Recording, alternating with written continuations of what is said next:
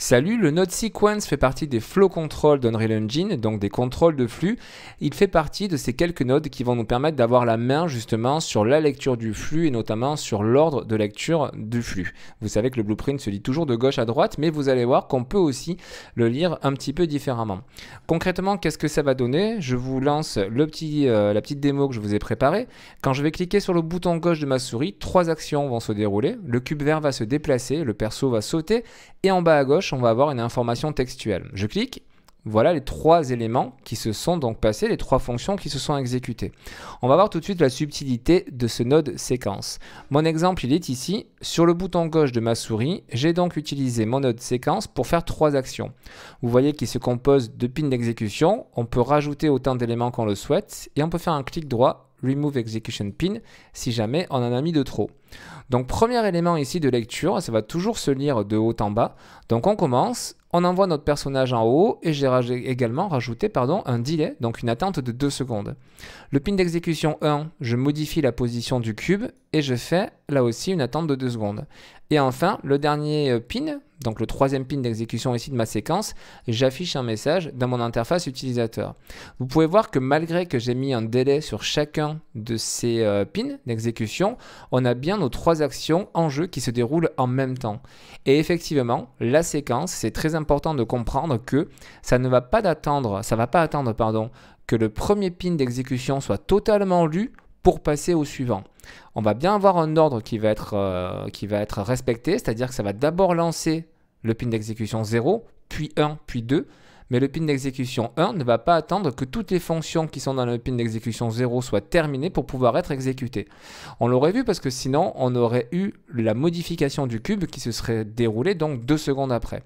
Effectivement, je supprime cet exemple-là et je repasse sur exactement le même script, mais cette fois-ci fait ce que j'appelle au kilomètre. C'est-à-dire qu'on ne passe pas par une séquence et on va bien lire exactement les mêmes fonctions. On lance le personnage en l'air, on modifie la position de notre cube et on affiche le message dans l'interface utilisateur avec chaque fois le node de delay qui nous permet de mettre un temps d'attente entre chaque exécution. Et bien cette fois-ci, quand je vais appuyer sur le bouton gauche de ma souris, mon personnage saute, le cube va après se déplacer et en bas à gauche, on va avoir le message.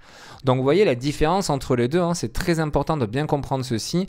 Quand on est au kilomètre, on attend que la première fonction soit terminée pour exécuter la seconde, alors que dans une séquence comme ceci, tout se déroule effectivement l'un après l'autre, mais par contre, c'est que la première action qui va commencer à être exécutée avant qu'immédiatement la première action de la deuxième séquence soit exécutée. J'insiste parce que c'est très important. Pourquoi? Je vais vous donner un exemple. Admettons que vous travaillez sur une variable et qu'au cours de votre script, votre variable va avoir une valeur qui va changer. J'ai créé ici une variable test pour vous montrer ceci. Au début de mon script, je lance le personnage et après avoir lancé le personnage, ne cherchez pas de signification, la valeur de ma variable test qui par défaut est à 0, je la modifie pour la passer à 50. Mon script se déroule et à la fin, le message que j'envoie dans mon interface utilisateur, je vais le modifier. Je ne vais pas écrire le texte séquence terminée, mais je vais envoyer dedans la valeur de ma variable texte. Automatiquement, j'ai une conversion qui se fait, mon type integer ici, et type texte à cet endroit-là. Si j'envoie maintenant mon script, on regarde ce que ça va afficher à la fin en bas à gauche. On va voir si ça affiche 0 ou 50. J'appuie sur le bouton gauche de ma souris pour déclencher mon script. Donc on a les différents éléments qui se passent. Et en bas à gauche, j'ai bien 50 qui s'affiche, donc la valeur de ma variable.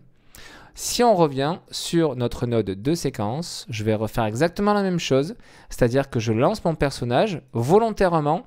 Je vais mettre un délai qui va symboliser le fait d'avoir beaucoup d'actions, beaucoup de fonctions qui seraient exécutées dans le premier pin d'exécution. Ça symbolise le fait d'avoir pas mal de scripts à faire. Au bout de cet élément-là, je mettrai là aussi, j'initialiserai ma variable test donc à 50. Mon script se poursuit et à la fin, je vais là aussi modifier mon texte séquence terminée par la valeur de ma variable. Qu'est-ce que nous allons voir ici? Eh bien en fait, on va voir que ce pin d'exécution qui se trouve bien à la fin va me retourner comme valeur de ma variable la valeur initiale, c'est-à-dire 0. Autrement dit, elle ne va pas attendre la fin de tous les scripts d'exécution du dessus pour être exécutés. Et donc, c'est là où on peut se retrouver avec des erreurs en passant par une séquence. Il faut juste faire attention à ça. J'appuie sur le clic gauche et vous voyez qu'en bas à gauche, j'ai bien le 0 qui apparaît. On a bien la preuve que ce pin d'exécution a bien été exécuté avant que notre première ligne ici soit terminée. Vous voyez ici, j'ai un délai de 2 secondes pour vraiment compléter mon exemple. On va d'abord afficher donc au début sans délai. Puis je vais rajouter ici un délai volontairement plus grand de 4 secondes.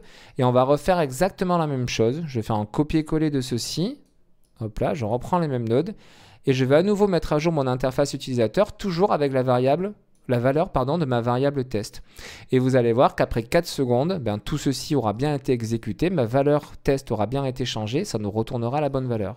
C'est parti pour notre dernier test. J'appuie sur F11, j'ai cliqué sur mon bouton gauche de ma souris et en bas à gauche, vous voyez qu'on a bien le 50 qui s'est mis à jour. Donc cette fois-ci, on a bien la valeur. Mais au début, si je reprends mon exemple, je refais Alt-P, j'appuie sur mon bouton gauche, on a bien le 0 qui pendant 4 secondes va afficher. Donc très important de bien comprendre la séquence et d'avoir cette petite subtilité si jamais vous travaillez sur des variables en début de script que vous devez réutiliser après en cours de script. Ce node séquence est vraiment très important pour pouvoir bien lire son code après. Si vous voulez avoir vraiment une facilité de lecture, avoir une facilité de maintenance de code, c'est vraiment appuyé par Epic Games, donc n'hésitez pas, ayez le réflexe de la séquence quand vous pouvez la placer.